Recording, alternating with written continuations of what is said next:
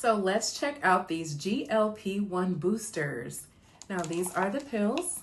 This is a 30-day supply. There are 60 in this bottle, and you are supposed to take 2 pills 30 minutes prior to your meal, or you can take them with your meal, which I absolutely love because I am the type of person who will forget to take something 30 minutes before my meal. So I'm glad that you can take these with your main meals.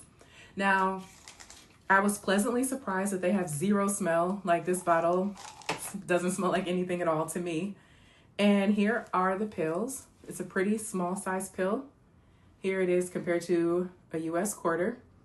Now, I am someone who has trouble taking big pills. This one I can take easily. It is a soft gel.